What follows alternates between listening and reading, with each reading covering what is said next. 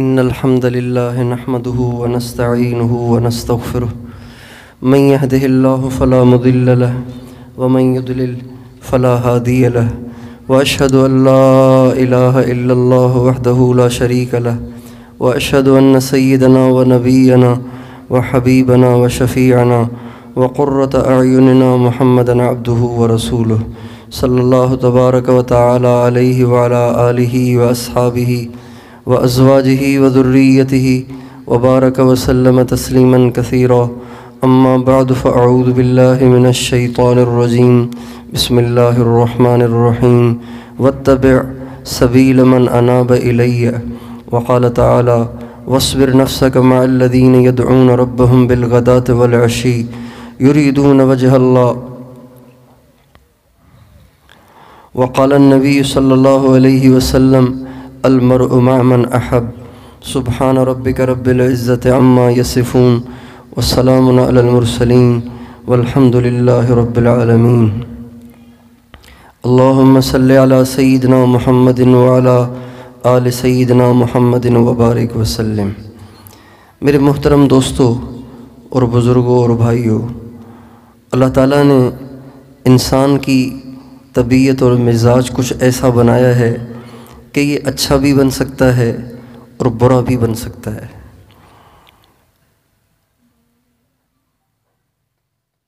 ہر چیز کی ایک جبلت اور ایک اس کی طبیعت اور ایک اس کا مزاج ہوتا ہے۔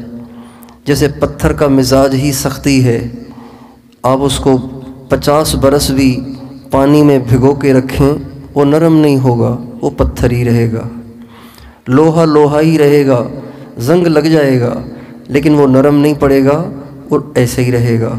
لیکن انسان کی طبیعت ایسی ہے، انسان کی طبیعت ایسی ہے کہ آپ اس کو اچھا بنانا چاہیں اچھا بن جائے گا، برا بنانا چاہیں برا بن جائے گا۔ اللہ تعالیٰ فرماتے ہیں فَأَلْهَمَهَا فُجُورَهَا وَتَقْوَاهَا، اللہ تعالیٰ نے انسان کو اچھا بننے کی صلاحیت بھی عطا فرمائی ہے اور برا بننے کی صلاحیت بھی اللہ تعالیٰ نے اس میں رکھی ہے۔ اور یہ بات بھی ایک مسلم ہے کہ کوئی بھی انسان برا بننا چاہتا نہیں ہے۔ کوئی بھی یہ نہیں کہتا کہ میں بڑا ہو کے ہیرونچی بن جاؤں، کوئی یہ نہیں کہتا کہ بڑا ہو کے میں چرسی بن جاؤں، جواری بن جاؤں اور زانی بن جاؤں، شرابی بن جاؤں، بدکار بن جاؤں۔ گناہ گار سے گناہ گار مسلمان کو بھی جو وہ نماز نہیں پڑھتا، اب اسے نماز کا کہیں گے نا تو وہ کہے گا اجی دعا کرو اللہ نماز کی توفیق دے۔ گناہ گار لوگ ہیں ہم، اب ہمارے لیے دعا کریں اللہ ہمیں نماز کی توفیق دے۔ یعنی وہ چاہتا ہے کہ میں نماز بھی پڑھنے لگ جاؤں، تہجد بھی پڑھنے لگ جاؤں، اللہ والا بھی بن جاؤں، برائی سے بھی بچ جاؤں۔ پھر وہ کون سی رکاوٹ ہے جس کی وجہ سے وہ اچھا نہیں بن پاتا؟ وہ کون سی وجہ ہے جس کی وجہ سے وہ برائی میں ہی بڑھتا چلا جاتا ہے؟ تو انسان کی طبیعت پر سب سے زیادہ جس چیز کا اثر پڑتا ہے، سب سے زیادہ جس چیز کا اثر پڑتا ہے وہ اس کی صحبت ہے۔ انسان صحبت سے بڑا اثر لیتا ہے۔ صحبت صالح ترا، مولانا روم کہتے ہیں، فرماتے ہیں صحبت صالح ترا صالح کند، صحبت طالح ترا طالح کند۔ او بھائی اچھوں کے ساتھ رہو گے نا تو خود بھی اچھے ہو جاؤ گے، بروں کے ساتھ رہو گے تو برا بننے کی نیت ضروری نہیں ہے، ان کی صحبت ہی تمہیں برا کر دے گی۔ اور انسان کی زندگی میں جتنا زیادہ صحبت اثر ڈالتی ہے، کوئی ورد وظیفہ بھی اتنا اثر نہیں ڈالتا جتنی صحبت اثر ڈالتی ہے۔ نبی کریم صلی اللہ علیہ وسلم کی دنیا کے ہر اچھے کی صحبت اثر رکھتی ہے، ہر اچھے کی صحبت اثر رکھتی ہے۔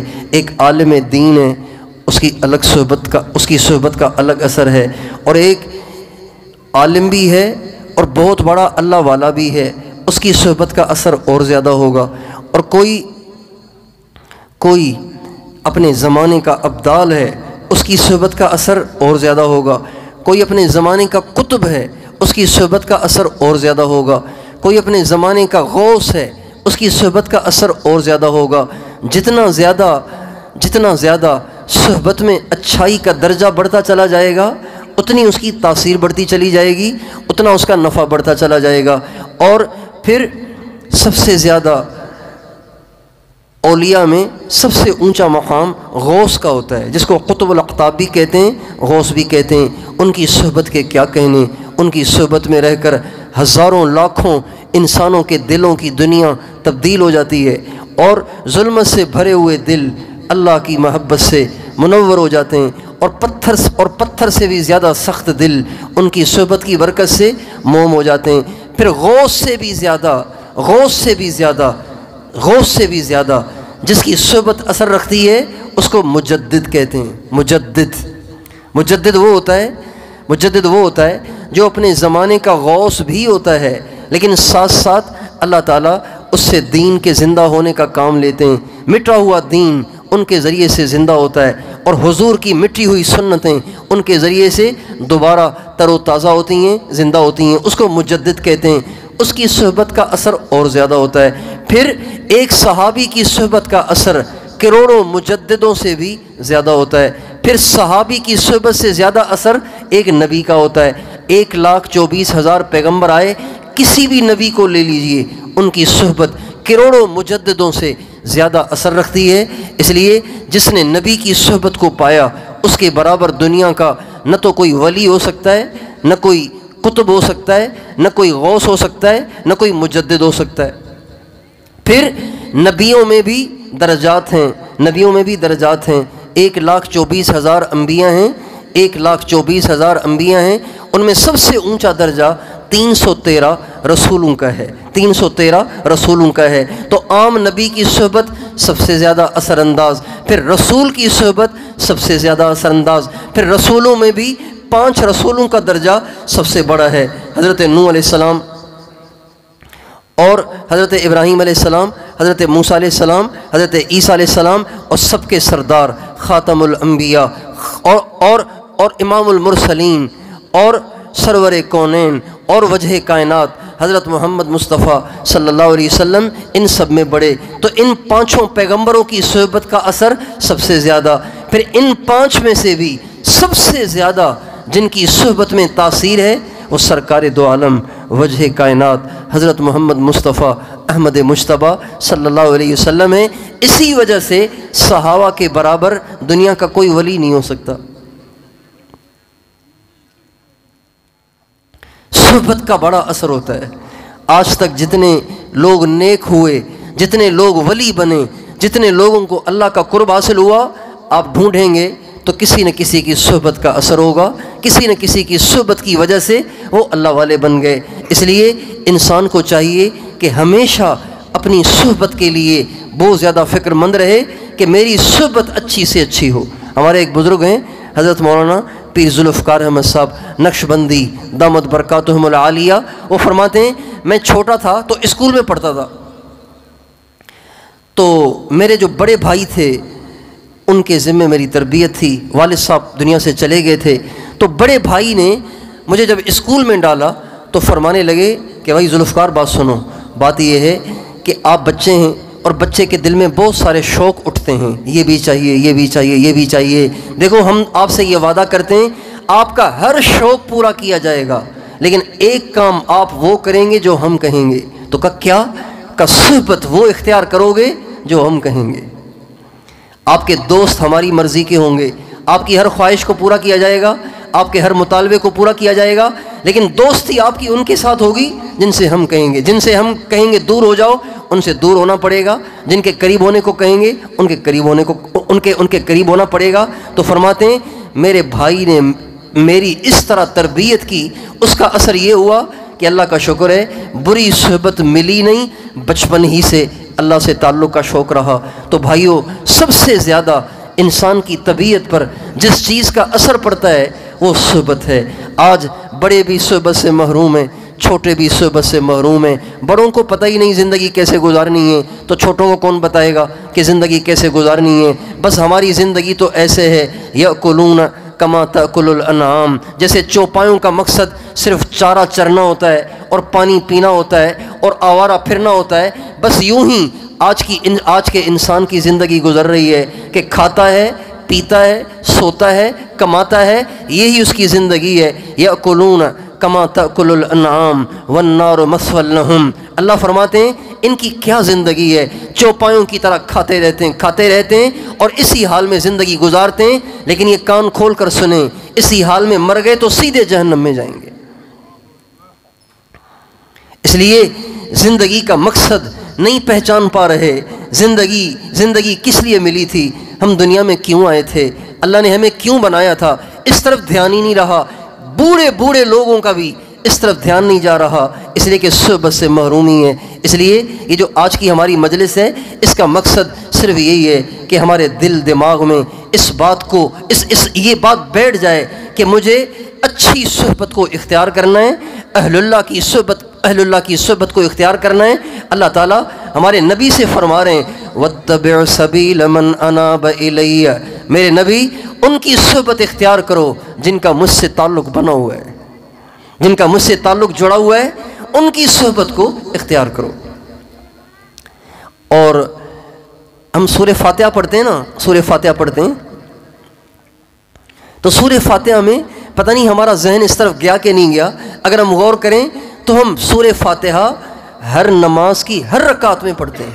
کوئی رکعت ایسی نہیں ہے جس میں ہم سورہ فاتحہ نہ پڑھیں، چاہے فرض ہو، چاہے واجب ہو، چاہے سنت ہو، چاہے نفل ہو، سورہ فاتحہ تو پڑھنی ہی پڑھنی ہے. الحمدللہ رب العالمین، تمام تعریفیں رب العالمین کے لیے. الرحمن الرحیم، جو بڑا مہربان ہے، نہایت رحم کرنے والا ہے. مالک یوم الدین، قیامت کے دن کا مالک وہی ہے جس کے لیے جہنم کا فیصلہ کر لے، جس کے لیے جنت کا فیصلہ کر لے، وہ مالک ہے، اس کو کوئی پوچھنے والا نہیں ہے. پھر کہتے ہیں اہدنا الصراط المستقیم، اے اللہ ہمیں سیدھے راستے پہ چلانا، ٹیڑھے راستے پہ نہ چلانا، ہمیں سیدھے راستے پہ چلانا. پھر آگے اللہ نے خود ہی اس کی تشریح فرمائی ہے، خود ہی اس کی تفسیر فرمائی ہے کہ سیدھا راستہ کون سا، صراط الذین انعمت علیہم. یہ نہیں فرمایا صراط حبیبی، صراط رسولی، صراط الرسول، صراط النبی، صراط خاتم النبیین، یا صراط محمد صلی اللہ علیہ وسلم. اے اللہ ہمیں چلا حضرت محمد کے راستے پر، ہمیں چلا خاتم النبیین کے راستے پر، ہمیں چلا رسولوں کے راستے پر، ہمیں چلا سارے نبیوں کے امام کے راستے پر. یہ دعا نہیں کر رہے، کیا دعا کر رہے ہیں، صراط الذین انعمت علیہم غیر المغضوب علیہم ولا الضالین.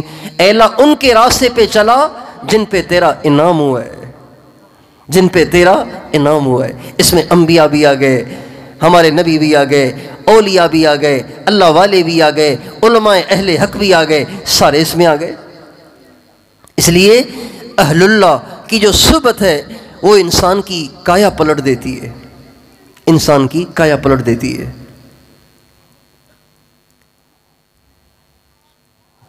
ایک بہت بڑے بزرگ تھے، تو وہ گئے ایک ملک میں، یورپ کا کوئی ملک تھا، مجھے نام ذہن میں نہیں رہا، وہاں تشریف لے گئے. تو ایک شخص کے پاس ٹھہرے، جو ان کے مرید تھے، جو ان کے معتقد تھے، ان کے پاس جا کے ٹھہرے. تو انہوں نے ایک دفعہ باتوں میں کہا کہ حضرت آپ میرے بیٹے کے لیے دعا کریں، میرا بیٹا دہریہ ہو گیا ہے. دہریہ کسے کہتے ہیں، جو کہتا ہے کہ یہ زمانہ خود چل رہا ہے، اس کا چلانے والا کوئی نہیں ہے، اللہ کوئی نہیں ہے، بس یہ زمانہ خود چل رہا ہے، یہ سارا نظام خود ہی چل رہا ہے، اللہ واللہ کوئی نہیں ہے. نعوذ باللہ، اللہ کا انکار، اللہ کے وجود کا انکار.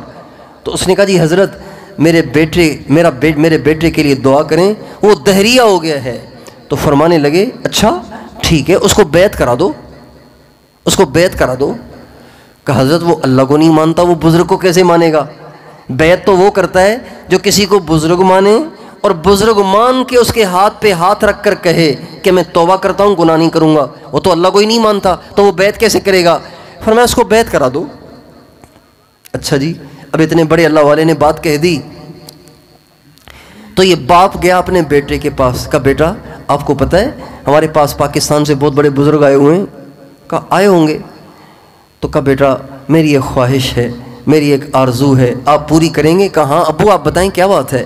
کہا بیٹا آپ ان سے بیعت ہو جائیں نا، آپ ان سے بیعت ہو جائیں. کہا ابو میں تو اللہ کو نہیں مانتا، میں آپ کے بزرگ کو کیسے مانوں گا؟ بیعت تو ایک عہد و پیمان اور وعدہ ہوتا ہے، میں تو اللہ کو ہی نہیں مانتا، تو میں بیعت کیسے کروں گا؟ کہا بیٹا بے شک مجھے پتہ ہے کہ آپ اللہ کو نہیں مانتے، قیامت کو نہیں مانتے، آخرت کو نہیں مانتے، موت کے بعد کی زندگی کو نہیں مانتے، لیکن میں آخر باپ بھی تو ہوں نا، آخر میرا بھی تو آپ پہ کوئی حق ہے، مجھے ہی خوش کرنے کے لیے آپ بیعت کر لیں۔ کہ ابو آپ کا زیادہ اصرار ہے تو میں کر لیتا ہوں، باقی میں نہیں مانتا ان چیزوں کو، کون اللہ والا کون اللہ، میں نہیں جانتا ان چیزوں کو۔ بہرحال بیٹے کو لے کر آئے، بیٹا باپ کے اصرار پر آ گیا اور آ کے بزرگ کے ہاتھ میں ہاتھ رکھ کے کہا لا الہ الا اللہ محمد الرسول اللہ آمنت باللہ وملائکتہ وکتبہ ورسلہ والیوم الآخر والقدر خیرہ وشرہ من اللہ تعالی والبعث بعد الموت استغفر اللہ ربی من کل ذنب واتوب الیہ۔ اچھا جی دعا ہو گئی، چلو جی حضرت چلے گئے، بیعت کے کلمات کہلوائے اور پھر وہاں سے اٹھ کے چلے گئے۔ جب وہ چلے گئے تو اگلے دن بیٹے نے باپ سے کہا ابو یہ کون تھے؟ کہا بیٹا یہ بڑے اچھے آدمی تھے، بڑے اللہ والے تھے۔ کہا ابو پتہ نہیں جب سے ان سے ملا ہوں نا دل کی عجیب ہی کیفیت ہو گئی ہے، اتنا سکون محسوس کر رہا ہوں، ایسی ٹھنڈک محسوس کر رہا ہوں کہ میں بتا ہی نہیں سکتا ہوں۔ ابو پھر یہ کبھی آئیں گے ہمارے پاس؟ ہاں بیٹا کیوں نہیں آئیں گے ابو، جب اب کے آئیں نا تو آپ مجھے ضرور ملوائیے گا۔ چنانچہ اگلی دفعہ جب حضرت وہاں تشریف لے گئے، وہی بیٹا خود آگے بڑھ کے اس نے استقبال کیا، حضرت کے ہاتھ میں ہاتھ دے کے بیعت ہوا، اور بیعت کرنے کے بعد اس کی زندگی جو تبدیل ہوئی تو ہوتے ہوتے وہ انہی حضرت کا خلیفہ ہو کر آگے اللہ والا بن گیا۔ یہ صحبت کا اثر ہوتا ہے۔ آپ دیکھیں ایک بلب روشنی دے رہا ہوتا ہے، ایک بلب بجھا ہوا ہوتا ہے، کیوں؟ وہ بجھا ہوا ہوتا ہے جس کا کنیکشن نہیں ہوتا، اور جو جس کا کنیکشن ہوتا ہے وہ جل رہا ہوتا ہے، خود بھی روشن ہوتا ہے، کتنی دیواروں کو روشن کر رہا ہوتا ہے، کتنے دروازوں کو روشن کر رہا ہوتا ہے، زمین کے کتنے حصے کو روشن کر رہا ہوتا ہے۔ کیوں؟ اس لیے کہ کنیکشن ہے۔ کنیکشن کے بغیر بڑے سے بڑا بلب، وہ یہ جو بڑی بڑی سرچ لائٹیں نہیں ہوتی جو لوگ لگاتے ہیں پورے گراؤنڈ کو روشن کرنے کے لیے، اتنی بڑی لائٹ ہے لیکن اس کا کنیکشن نہیں ہوگا کچھ بھی نہیں ہوگا، اتنا سا زیرو آپ اس کو کنیکشن دے دیں وہ روشن ہو جائے گا۔ اس لیے کبھی کسی مسلمان کو بے کنیکشن نہیں ہونا چاہیے، نان کنیکشن نہیں ہونا چاہیے، بغیر کسی اللہ والے کی صحبت کے بغیر نہیں ہونا چاہیے۔ ہمارے جتنے اہل اللہ گزرے، ہمارے جتنے اکابر گزرے، وہ سب کے سب کسی اللہ والے سے جڑے ہوئے تھے۔ ہمارا کوئی بھی اس سے بڑا خالی نہیں ہے، آپ دیکھ لیجئے۔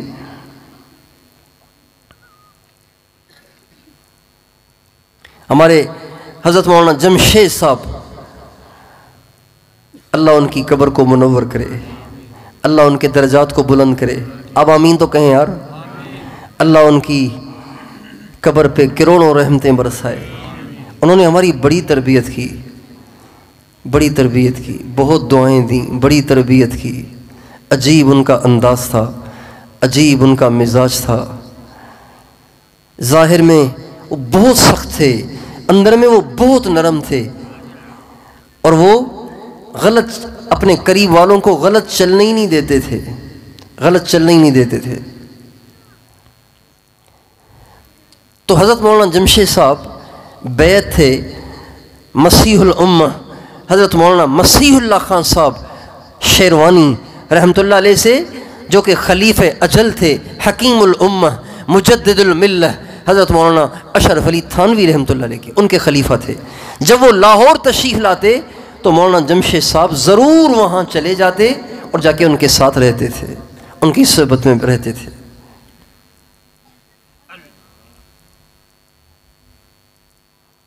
ہمارے حضرت حاجی عبدالوہاب صاحب، اللہ تعالیٰ ان پہ بھی کروڑوں رحمتیں نازل فرمائے، ان پہ بھی لا تعداد رحمتوں برکتوں کا نزول فرمائے، ان کو اپنے قرب کے اعلیٰ سے اعلیٰ درجات عطا فرمائے۔ تو ان کے جو شیخ تھے قطب الارشاد حضرت مولانا شاہ عبد القادر رائے پوری رحمۃ اللہ علیہ،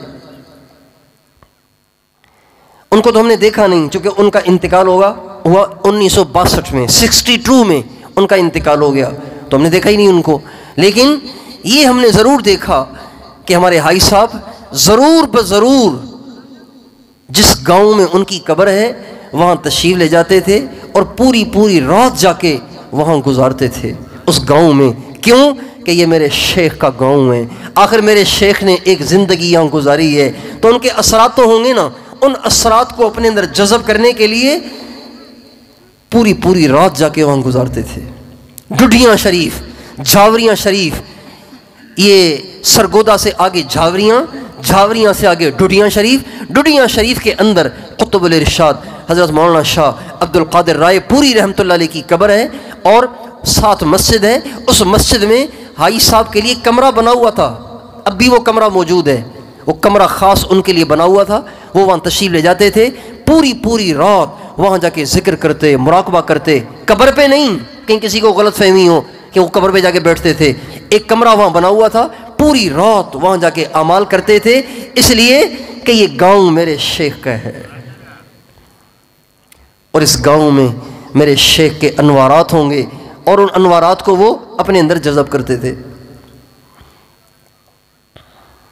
اہل اللہ کی قبروں کی زیارت کرنا منع نہیں ہے، اہل اللہ کی قبر کی زیارت کرنا منع نہیں ہے، وہاں جا کے فاتحہ پڑھنا منع نہیں ہے، ان کے توسط سے دعا کرنا، اے اللہ تو نے ان کو اپنا قرب دیا، اے اللہ ان کو بھی تو نے دیا، مجھ نکمے کو بھی اگر تو اپنا تعلق دے دے تیرے خزانوں میں کیا کمی ہو جائے گی. اس میں کوئی حرج نہیں ہے.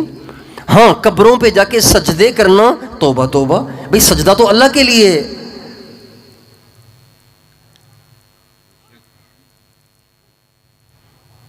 اہل اللہ کی قبروں کی زیارت کرنا بالکل ٹھیک ہے، اچھا کام ہے، بشرطے کہ بدعات کا ارتکاب نہ ہو، شرک کا ارتکاب نہ ہو.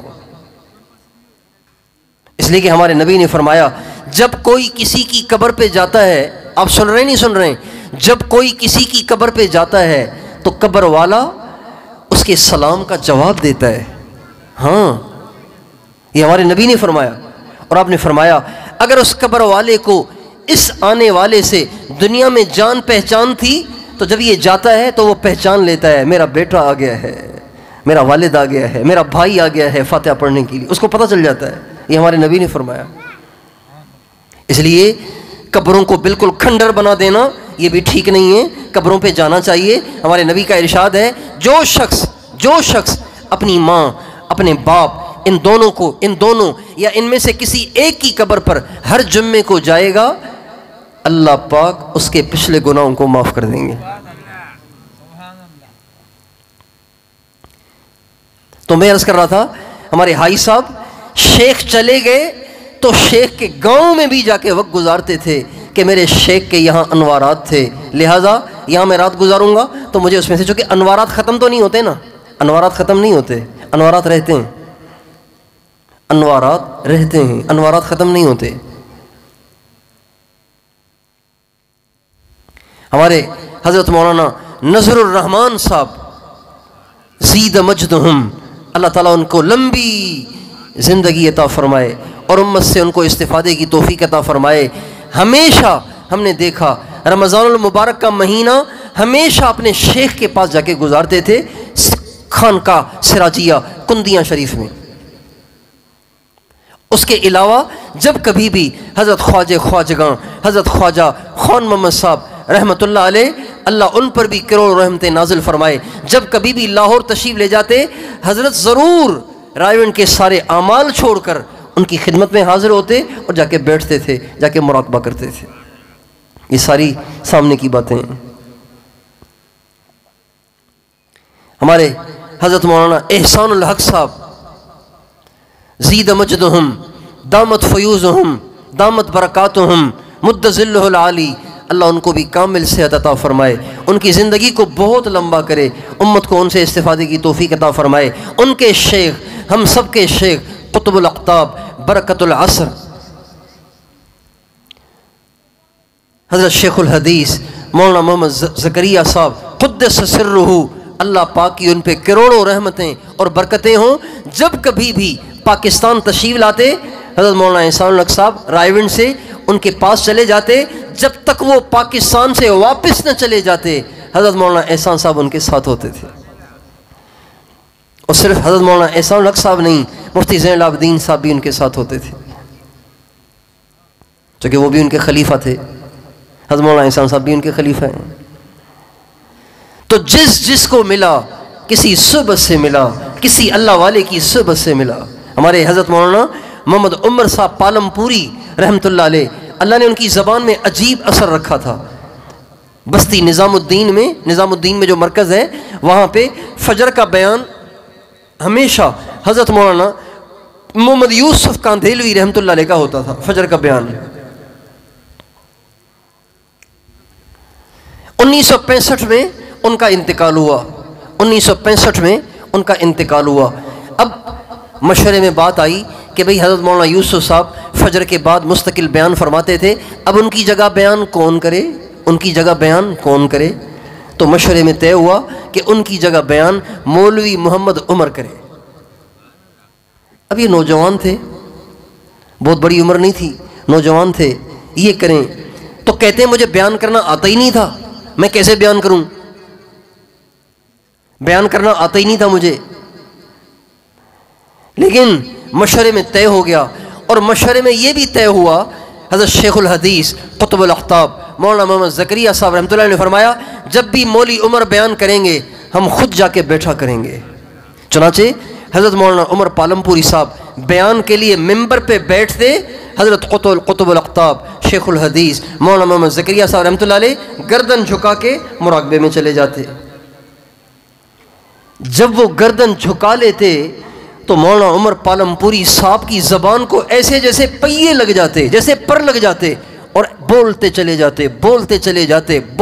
جاتے، علوم اور معارف کے ایسے موتی بکھیرتے کہ سننے والے اش کر اٹھتے اور حیران ہو جاتے، ششدر رہ جاتے، ایسے موتی بکھیرتے تھے۔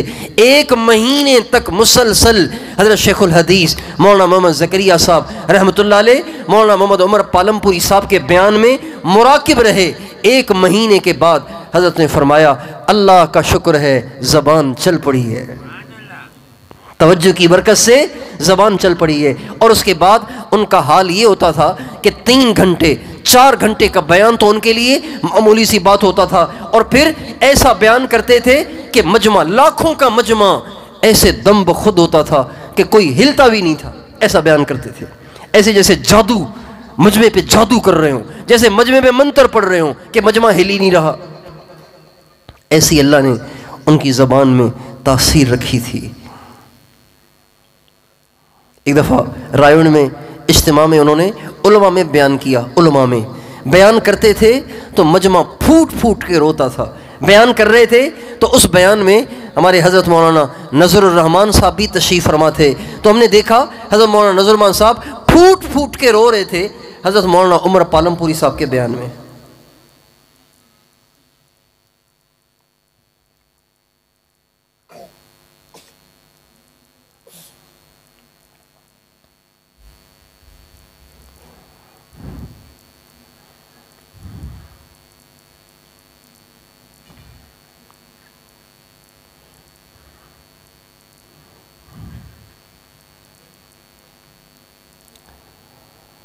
تو جس کو ملا کسی اللہ والے کی صحبت سے ملا، خود بخود ہیچ چیزیں خود بخود چیزیں نشد، ہیچ آہن خنجرے تیغے نشد، مولوی ہرگز نشد مولا روم تا غلام شمس تبریزے نشد۔ مولانا روم اپنے بارے میں کہتے ہیں کوئی چیز خود بخود چیز تھوڑی بنتی ہے، یہ جو کھڑکیاں اور دروازے اتنے خوبصورت آپ کو نظر آتے ہیں یہ کس سے بنے؟ درختوں سے بنے۔ کیا یہ درختوں سے خود بخود بن گئے؟ کسی ترخان نے، کسی واڈھے نے، کسی بڑھئی نے ان کو پہلے کاٹا ہے آرے کے ذریعے سے، آرے سے ان کو کاٹا ہے، پھر ان کو تراشا ہے، اور پھر رندے سے ان کو رگڑے دیے ہیں، اور پھر اس پہ رنگ روغن لگا کے ان کے ایسے خوبصورت ڈیزائن بنائیں کہ دیکھتے ہی انسان دیکھتے رہ جاتا ہے۔ فرنیچر ایسے ہی بنے، ایسے ہی مٹی سے ایسے ہی بنے، پتھروں سے دیواریں ایسے ہی بنی، اور تلواریں اور تیر اور خنجر یہ بھی لوہے سے ایسے ہی بنے۔ تو مولانا روم کہتے ہیں کوئی چیز خود بخود چیز نہیں بنتی، کوئی لوہا خود بخود خنجر اور تلوار نہیں بنتا، کوئی مولوی مولائے روم نہیں بنتا جب تک کہ کسی شمس تبریز کو ڈھونڈ کر اس کی جوتیوں میں نہ بیٹھ جائے۔ مولوی ہرگز نہ شد مولا روم، تا غلام شمس تبریز نہ شد۔ مولانا روم، ان کا نام تھا جلال الدین رومی، عالم تھے، اچھے خاصے عالم تھے۔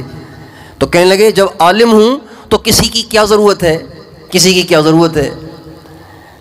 حضرت شمس تبریز سے ایک دفعہ ان کی ملاقات ہو گئی، ان کی ملاقات ہو گئی۔ تو چونکہ عالم تھے، علم کا گھمنڈ تھا، تو ان کو لفٹ ہی نہیں کرائی، توجہ ہی نہیں دی۔ تو لیکن چونکہ مہمان بن کے آئے تھے حضرت شمس تبریز، تو ان کو ٹھہرانا پڑا۔ اللہ کی شان، ان کے جہاں ان کو ٹھہرایا وہاں پہ ایک تالاب بھی تھا، حوض بھی تھا۔ تو جب وہاں حضرت شمس تبریز گئے نا، تو بڑی بڑی کتابیں علم سے بھری ہوئی، بڑے بڑے دفتر رکھے ہوئے تھے۔ تو حضرت شمس تبریز نے مولانا روم سے پوچھا، مولانا این چیز یہ کیا ہے؟ تو لا ابالی پن اور بڑے ناز اور بڑے غرور کے ساتھ مولانا روم کہنے لگے، این است کہ تو نمی دانی، حضرت یہ وہ علوم ہیں جن کی آپ کو ہوا بھی نہیں لگی، آپ نہ پوچھیں یہ کیا ہے، آپ سمجھ ہی نہیں سکتے۔ علم کا گھمنڈ تھا نا، علم کا غرور تھا۔ این است کہ تو نمی دانی، یہ وہ علوم ہیں جو آپ سمجھ ہی نہیں سکتے۔ اچھا جی، بات ختم ہو گئی۔ مولانا روم گئے کسی کام سے، انہوں نے وہ ساری کتابیں دفتر اٹھا کے اس پانی کے حوض میں ڈال دی۔ اچھا، اس زمانے میں کتابیں پریس کی چھپی ہوئی نہیں تھیں، سیاہی سے لکھی ہوئی تھیں، تو سیاہی پانی میں جائے گی تو کاغذ سے تو صاف ہو جائے گی سیاہی، سارا علم مٹ جائے گا۔ مولانا روم رحمۃ اللہ علیہ کی زندگی کی محنتیں تھیں، اتنے علوم انہوں نے جمع کیے تھے۔ جب واپس آئے تو درازیں اور الماریاں خالی، کہا کتابیں کہاں گئیں؟ کہا وہ تو تالاب میں پڑی۔ کہا آئے اللہ تیرا بھلا کرے، یہ کیا کر دیا آپ نے؟ میری ساری زندگی کی محنتوں کو برباد کر دیا۔ غصے ہوئے، ناراض ہوئے، بے ادبی پہ اتر آئے، لڑنے کے لیے تیار ہو گئے۔ حضرت شمس تبریز نے چھلانگ لگائی تالاب میں، اور تالاب میں چھلانگ لگا کے ایک ایک کتاب اپنے ہاتھ سے ایسے جھاڑ کے ان کے ہاتھ میں پکڑائی، جیسے مٹی سے جھاڑتے نا کتاب، ٹھڑک کتاب جھاڑ کے ان کے ہاتھ میں دے دی۔ ہاتھ میں دی تو سیاہی ویسی کی ویسی، ساری کتابیں ایک ایک کر کے پانی کے بھرے ہوئے تالاب سے ایسے نکال کے دے دیں کہ ان پہ پانی کا نام و نشان بھی نہیں، پانی کا کوئی قطرہ بھی نہیں لگا ہوا۔ جب ساری کتابیں جھاڑ کر مولانا روم کے ہاتھ میں پکڑائیں تو مولانا روم کہنے لگے، شیخ این چیز یہ کیا ہے؟ تو فرمانے لگے، این است کہ تو نمی دانی، مولانا یہ وہ بات ہے جو آپ نہیں جان سکتے۔ آپ کہہ رہے تھے نا یہ آپ نہیں جان سکتے، تو ہمارے پاس اللہ نے یہ دے رکھا ہے، آپ بھی یہ نہیں جان سکتے۔ بس مولانا روم غلام ہو کے رہ گئے، ان کے نوکر بن گئے، ان کے غلام بن گئے، اور پھر پہلے تو ایک عام سے مولوی تھے، پھر مولا روم بن گئے، اور فرمایا مولوی ہرگز نہ شد مولا روم، تا غلام شمس تبریز نہ شد۔ مولوی مولا روم نہیں بن سکتا جب تک کہ کسی شمس تبریز کی جوتیاں نہ سیدھی کی ہوں۔ اس لیے بھائیو، اہل اللہ کی صحبت ہماری ضرورت شدیدہ ہے، ہماری ضرورت ہے، اس کے بغیر ہم اللہ پاک تک پہنچ ہی نہیں سکتے۔ اللہ تعالیٰ اپنے نبی سے فرماتے ہیں، وَاصْبِرْ نَفْسَكَ مَعَ الَّذِينَ يَدْعُونَ رَبَّهُمْ بِالْغَدَاةِ وَالْعَشِيِّ۔ اے میرے نبی، جو دن رات مجھے پکارتے رہتے ہیں، آپ ان کی صحبت کو غنیمت جان کے ان کے ساتھ چپک جائیے۔ وَاصْبِرْ، اٹھیے نہیں، بیٹھے رہیے ان کے ساتھ جو دن رات مجھے پکارتے رہتے ہیں۔ بتائیے، نبی کریم صلی اللہ علیہ وسلم کو کسی کی صحبت کی حاجت ہے؟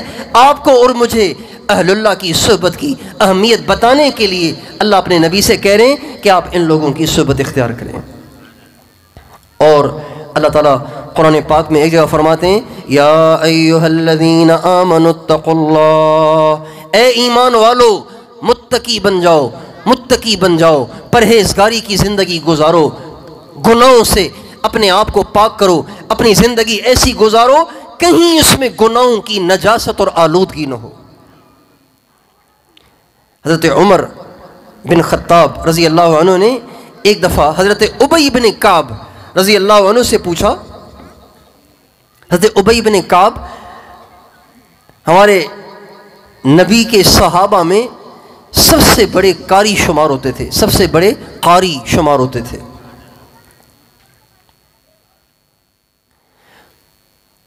بہت بڑے عالم تھے، بہت بڑے قاری تھے۔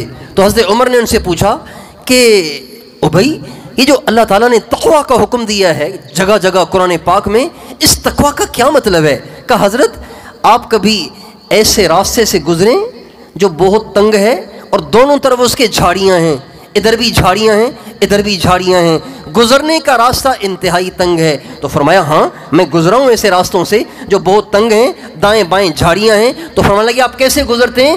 کہ ایسے گزرتا ہوں کہ ادھر سے بھی دامن بچاتا ہوں، ادھر سے بھی دامن بچاتا ہوں، ادھر دھیان کرتا ہوں کہ کہیں ادھر نہ دامن الجھ جائے، ادھر دھیان کرتا ہوں کہیں ادھر نہ دامن الجھ جائے۔ لہٰذا پورے ہوش و حواس کے ساتھ، پوری بیداری کے ساتھ چوکنا ہو کر اس راستے سے گزرتا ہوں اپنے دامن کو بچاتے ہوئے۔ تو حضرت ابی بن کعب فرمانے لگے حضرت یہی تو تقویٰ ہے کہ ہم دنیا میں رہتے ہوئے اپنے دامن کو برائی سے بچاتے ہوئے، زبان کو اللہ کی نافرمانی سے، غیبت سے، جھوٹ سے، دل آزاری سے بچاتے ہوئے، اپنی نگاہوں کو حرام کاری، فحاشی، عریانی اور بدکاری اور برائی سے بچاتے ہوئے، اپنے کانوں کو میوزک سے اور غیبت کے الفاظ کو سننے سے اور ہر برائی سے، غیر محرم کی بلا عذر آواز کو سننے سے بچاتے ہوئے، اور اپنی شرمگاہ کو بچاتے ہوئے، اپنے پیٹ کو حرام لقمے اور حرام گھونٹ سے بچاتے ہوئے زندگی گزر جائیں، یہی تقویٰ ہے۔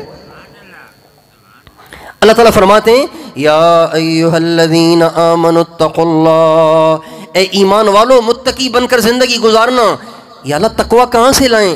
کون سی دکان سے ملے گا؟ کون سی منڈی سے ملے گا؟ کون سے بازار سے ملے گا؟ اللہ کہتے ہیں وَكُونُوا مَعَ الصَّادِقِينَ، اللہ والوں کے ساتھ رہو خود ہی متقی ہو جاؤ گے۔ تقویٰ کوئی سبق نہیں ہے جو کتاب سے کسی استاد کے سامنے بیٹھ کے پڑھا جائے۔ تقویٰ ایک نور ہے، جب وہ دل میں آ جائے تو انسان کو گناہوں سے ایسے نفرت ہو جاتی ہے، ایسے نفرت ہو جاتی ہے جیسے پاخانے سے نفرت ہوتی ہے۔ پاخانے سے نفرت دلانے کے لیے کہنا پڑتا ہے پاخانہ گندا ہوتا ہے، پاخانہ بدبودار ہوتا ہے، پاخانہ ناپاک ہوتا ہے، پاخانہ بہت برا ہوتا ہے۔ کبھی کہنے کی ضرورت پڑتی ہے؟ پاخانے سے ہر کوئی بچتا ہے، اس لیے کہ طبعاً اللہ تعالیٰ نے انسان کی طبیعت میں اس کی گھن اور اس کی نفرت پیدا کر دی ہے۔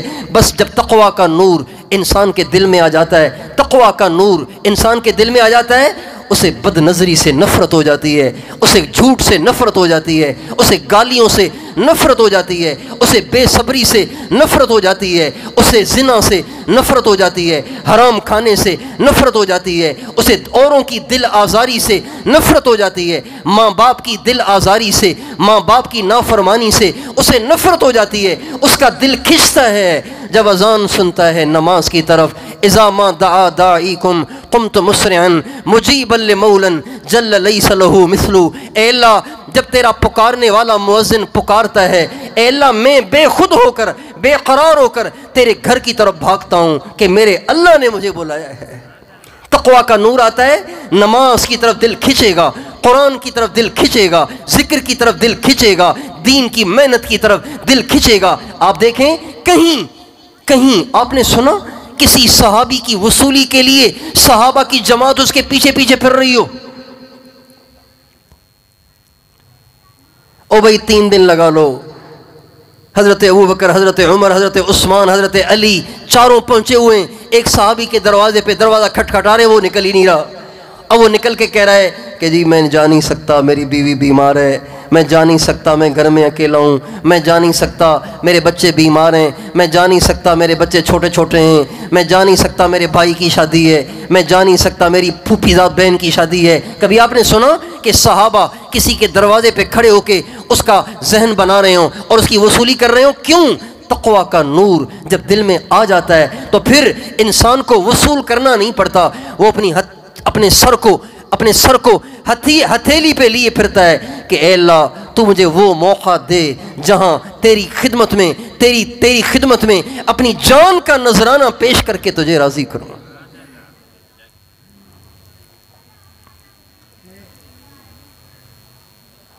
یا ایھا الذین آمنوا من یرتد منکم عن دینہ فسوف یأتی اللہ بقوم یحبهم ویحبونہ اذلۃ علی المؤمنین اعزۃ علی الکافرین یجاہدون فی سبیل اللہ ولا یخافون لومۃ لائم۔ یہ وہ لوگ ہیں اللہ بھی ان سے پیار کرتا ہے، وہ بھی اللہ سے پیار کرتے ہیں، اور دشمنوں کے لیے بڑے سخت ہیں، مسلمانوں کے لیے بڑے متواضع اور منکسر المزاج ہیں، اور اللہ کے راستے میں جہاد کرتے ہیں، اپنی جان اور مال کو لے کے اپنی جان سے کھیل جاتے ہیں، اور اگر لوگ ان کو تانے دیں تو تانوں سے اثر نہیں لیتے، بس اپنا کام کیے چلے جاتے ہیں۔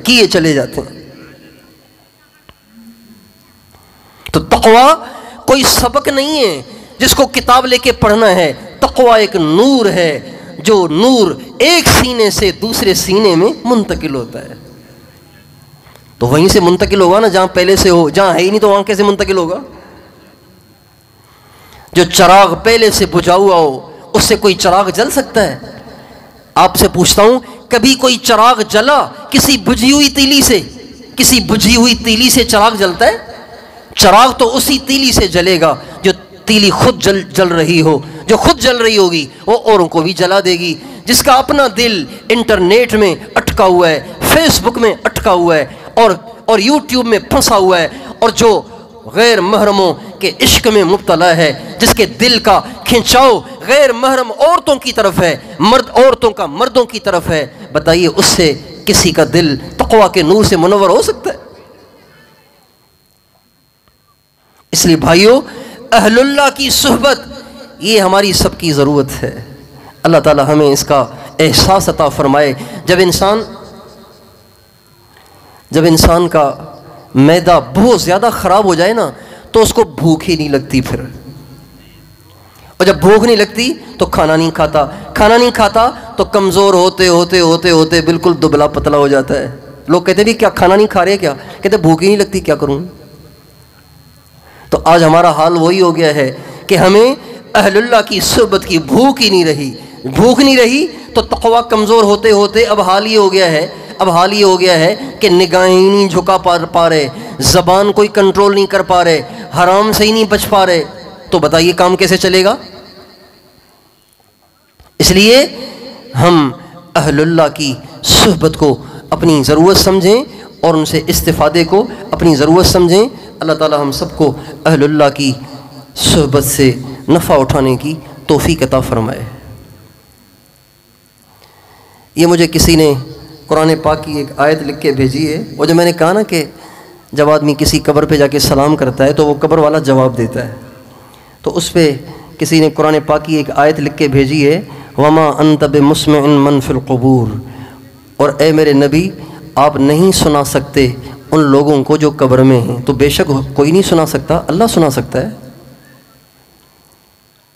اللہ سناتا ہے، مخلوق تو نہیں سناتی کسی کو، اللہ سناتا ہے۔ واللہ یسمع من یشاء، اللہ جس کو چاہتا ہے سناتا ہے۔ اور جب احادیث میں موجود ہے، قرآن پاک متن ہے، احادیث اس کی تشریح اور تفصیل ہیں، جب احادیث میں ہمارے نبی نے فرما دیا وَإِنَّهُ لَيَسْمَعُ قَرْعَ نِعَالِهِمْ، قبر والا جو اس کو دفنا دیتے ہیں، جب اس کو دفنا دیا جاتا ہے، اس میں مٹی ڈال دی جاتی ہے تو ان کے پاؤں کی آہٹ کو بھی سنتا ہے۔ ہاں جی، اور علامہ ابن قیم رحمۃ اللہ علیہ بہت بڑے محدث اور بہت بڑے امام گزرے ہیں، اور ہمارے زمانے میں جو غیر مقلد حضرات ہیں، جو اہل حدیث حضرات ہیں، جو کہتے ہیں کہ کسی امام کی تقلید کی حاجت نہیں ہے، بغیر امام کے ہی قرآن حدیث پہ عمل ہو جاتا ہے، جو حضرات غیر مقلد حضرات ہیں، اہل حدیث حضرات، علامہ ابن قیم رحمۃ اللہ علیہ کو وہ بھی امام کہتے ہیں۔ آپ جائیں گے نا عرب ممالک میں تو وہاں کے جو ائمہ ہیں، جمعے کے خطبوں میں علامہ ابن قیم کو الامام کہتے ہیں۔ وقال شیخ الاسلام الامام ابن قیم نور اللہ مرقدہ، یہ عرب ممالک کے یہاں تک کہ بیت اللہ میں بھی اور مسجد نبوی کے ممبروں سے بھی ان کو الامام کہا جاتا ہے اور شیخ الاسلام کہا جاتا ہے۔ علامہ ابن تیمیہ کو، علامہ ابن قیم رحمۃ اللہ علیہ کو۔ علامہ ابن قیم رحمۃ اللہ علیہ نے ایک کتاب لکھی ہے کتاب الروح، کتاب الروح، اس میں بہت سے واقعات ایسے جمع کیے ہیں کہ جس سے انہوں نے یہ ثابت کیا ہے کہ قبر والا سنتا ہے۔ دیکھیں سننا اور ہے اور کچھ کرنا اور ہے۔ ہم یہ نہیں کہتے کہ آپ قبر والے سے کہیں کہ شاہ صاحب مجھے بیٹا دو، مجھے بیٹا نہیں ہے، تو وہ سن کے بیٹا دے دے گا، ہم یہ نہیں کہہ رہے۔ کرنے والا اللہ ہے، لیکن اتنی بات کہ اگر کوئی سلام کرے تو سلام سن لیتا ہے اور قبر پہ جائے تو اس کو پہچان لیتا ہے، یہ تو بات احادیث سے ثابت ہے، اس سے تو انکار کی گنجائش ہی نہیں ہے۔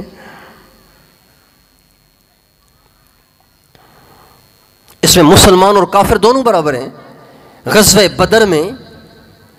بدر میں جب 70 کافر قتل ہوئے تو ہمارے نبی نے فرمایا ان سب کو کنویں میں ڈال دو۔ ان کی لاشوں کو اٹھا کے صحابہ نے کنویں میں ڈال دیا۔ 70 کافر، ان کی لاشوں کو کنویں میں ڈال دیا گیا۔ بدر جگہ تھی وہ مشہور ہی کنویں سے تھی، وہاں پہ کنواں تھا، وہ کنواں اب بھی موجود ہے، وہاں کی حکومت نے اس کو ڈھانپ لیا ہے۔ اس میں 70 کافروں کی لاشیں ڈال دیں۔